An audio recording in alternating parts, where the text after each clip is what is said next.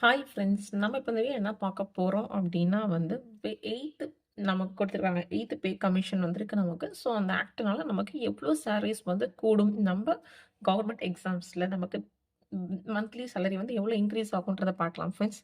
நேத்து நம்ம department post code கொடுத்திருந்தோம். ஸோ, 2 மெம்பர்ஸ் கேட்டிருந்தீங்க. கொஞ்சம் டீட்டெயிலா சொல்லுங்க. எவ்ளோ சேலரீஸ் வந்து இன்க்ரீஸ் ஆகும் அப்டின்னு சொல்லிட்டு.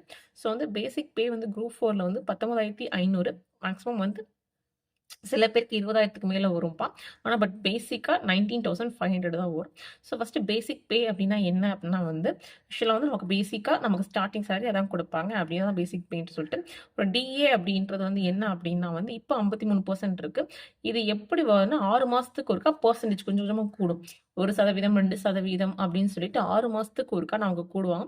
ஸோ வந்து அந்த பேசிக் பேல 53%ன்னு பார்த்தோன்னா ரூ. 10,335 வரும். ஹெச்ஆர்ஏ அப்டின்னா ஹவுஸ் ரென்ட்டுக்கு நமக்கு குடுப்பாங்க. அது மினிமம் ரூ. 800. ஆனா இதுவுமே வந்து இப்ப இன்கிரீஸ் பண்ணியிருக்காங்கப்பா. நான் மினிமம் குடுத்துருக்கேன். அதே மாரி இதுவுமே வந்து நீங்க இருக்க இடத்த பொறுத்து சேஞ்ச் ஆகும்.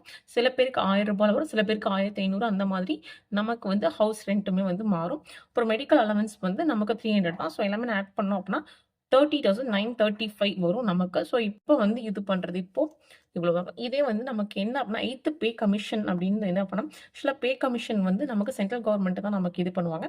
ஸோ 10 இயர்ஸ் ஒன்ஸ் தான் நமக்கு பே கமிஷன் வந்து இது பண்ணுவாங்க. லாஸ்ட் டைம் வந்து 2016ல பண்ணாங்கப்பா. ஸோ இந்த 2026ல தான் நமக்கு 8த் பே கமிஷன் வந்து ஆக்ட் ஆகும்.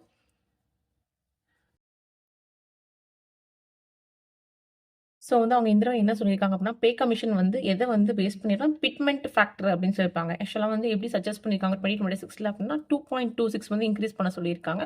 அப்ராக்ஸிமேட்லி நமக்கு 2 வாது இன்கிரீஸ் பண்ணுவாங்க கண்டிப்பா. 2.26 பண்ண சொல்லியிருக்காங்க. அப்ராக்ஸிமேட்லி நமக்கு 2 வாது இன்கிரீஸ் பண்ணுவாங்க. ஸோ அந்த 2 இன்கிரீஸ் பண்ணோம் அப்படின்னா, அந்த 19,500 வந்து என்ன ஆகும் அப்படின்னா, ரூ. 39,000 ஆயிரும். அதுக்கப்புறம் டிஏ வந்து ஏன் இங்க 0% போட்டிருக்கேன் அப்படின்னா, ஃபர்ஸ்ட் வந்து இந்த 10 வருஷத்துக்கு ஒருக்கா நம்ம பண்ணும்போது, டிஏ வந்து 0% தான்ப்பா நமக்கு இன்கிரீஸ் ஆகும். அதுக்கப்புறம் 6 மாசத்துக்கு ஒருக்கா தான் நமக்கு பெர்சன்டேஜ் இன்கிரீஸ் ஆகும். இப்போ வந்து பாருங்க 10 வருஷத்துக்கு 53% அப்படின்னா, கிட்டத்தட்ட வந்து உங்களுக்கு வந்து 5% கிட்ட தான் வரும். ஏன்னா 50% அந்த மாரி தான் இருக்கு. ஸோ வருஷத்துக்கு 5% கூட்டுறாங்க. ஸோ இல்லாட்டி அவங்க வந்து 2, 2%, 4%, அப்படி 4.5%, 2.25 ஸோ இந்த மாரி அவங்க எப்படி கூடுவாங்கன்னு தெரியாது. வருஷத்துக்கு 2 தடவ 6 மாசத்துக்கு ஒருக்கா வந்து டிஏ வந்து இன்கிரீஸ் பண்ணுவாங்க. ஸோ அத வச்சு தான் நமக்கு வந்து இங்க 53% அகைன் வந்து நீங்க 26ல சேலரி வந்து அவங்க சேஞ்ச் பண்ணும்போது, அகைன் 0ல இருந்து ஆரம்பிக்கும். நமக்கு வந்து இந்த 10,000 வராது. ஸோ இங்க வந்து 19,500க்கு வந்து டபுள் தான் அமௌண்ட் போட்டிருக்கேன். இன்டு 2 ஏன்னா அப்ராக்ஸிமேட்லி நமக்கு 2 ஆவது நமக்கு இன்கிரீஸ் ஆகும். ஸோ அது 39,000 போட்டிருக்கேன். ஹெச்ஆர்ஏவும் வந்து 1,500 தான் போட்டிருக்கேன். கம்மியா தான் போட்டிருக்கேன் நானு. ஸோ இதோட நமக்கு எந்த எக்ஸஸா தான் இருக்கும் நமக்கு. ஏன்னா இன்டு 2னாவே 1,600 வரும். இங்கேயே கொஞ்சம் கூட தான் இருக்கும். ஸோ நான் வந்து பேசிக்கா போட்டிருக்கேன் நானு.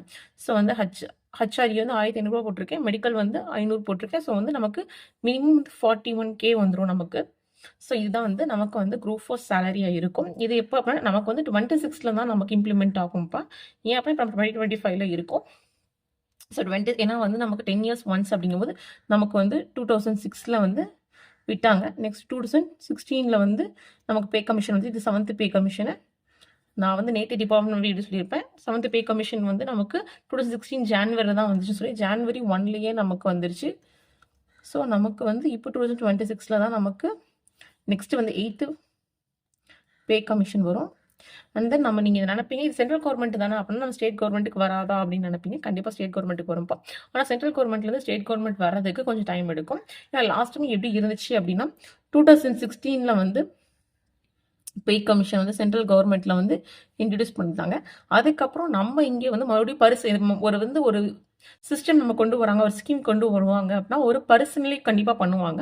ஸோ அதே மாதிரி இங்க ஸ்டேட் கவர்மெண்ட் அகைன் வந்து ஒரு கமிட்டி ஃபார்ம் பண்ணி இது பண்ணிட்டு நமக்கு 2017 நியர்லி ஒரு 1 இயர் கழிச்சு நமக்கு வந்து கொண்டு வந்தாங்க. 7த் பே கமிஷன் ஆக்ட் வந்து நமக்கு வந்துச்சு. ஸோ இப்பயுமே நமக்கு 2026ல வந்து கண்டிப்பா சென்ட்ரல் கவர்மெண்ட் பண்ணுவாங்க. பண்ணதுக்கப்புறம் நமக்கு மேபி ஒரு 3 மந்த்ஸ் ஆகலாம், 6 மந்த்ஸ் ஆகலாம். மேக்ஸிமம் அதுக்குள்ள நமக்கு வந்து மேக்ஸிமம் வந்துரும் நமக்கு.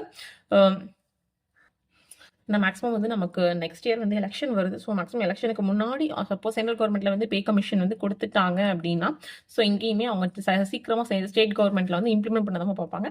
ஸோ அதனால நமக்கு 2017 அவ்வளோ லேட் ஆகும். நெக்ஸ்ட் டைம் வந்து கொஞ்சம் சீக்கிரமாவே இதாகிக்கலாம். அண்ட் தென் அகைன் இன்னொன்று என்ன அப்படின்னா வந்து அரியர் போட்டு கொடுப்பாங்கப்பா. இப்போ வந்து நமக்கு வந்து ஒரு 6 மந்த்ஸ் கழிச்சு வந்துச்சு அப்படின்னா 6 மந்த்ஸுக்கு அந்த அமௌண்ட்டுக்கு அந்த அரியர் இருக்கு. இவ்வளோ அமௌண்ட் நம்ம குடுக்குறதுக்கு தான் அந்த அமௌண்ட்ட வந்து கொஞ்சம் கொஞ்சமா குடுத்துருவாங்க நமக்கு. ஸோ அது வந்து எப்பயுமே வந்து லாஸ்ட் டைம்லாம் ஃபாலோ பண்ணாங்க 2017ல. ஸோ இந்த தடவையும் அந்த மாரி மேக்ஸிமம் ஃபாலோ பண்ணுவாங்க. அதாவது ஃபுல்லா குடுக்காட்டி கூட மந்த்லி சேலரில வந்து உங்களுக்கு இன்கிரிமெண்ட் ஆற மாரி தான் இருக்கும். மொத்தமா குடுக்க முடியாது. அரியர் அப்படின்னு மொத்தமா குடுக்காட்டி கூட உங்களுக்கு கரெக்ட்டா வந்து இன்கிரிமெண்ட் ஆற மாரி இருக்கும் ஃப்ரெண்ட்ஸ் உங்களுக்கு.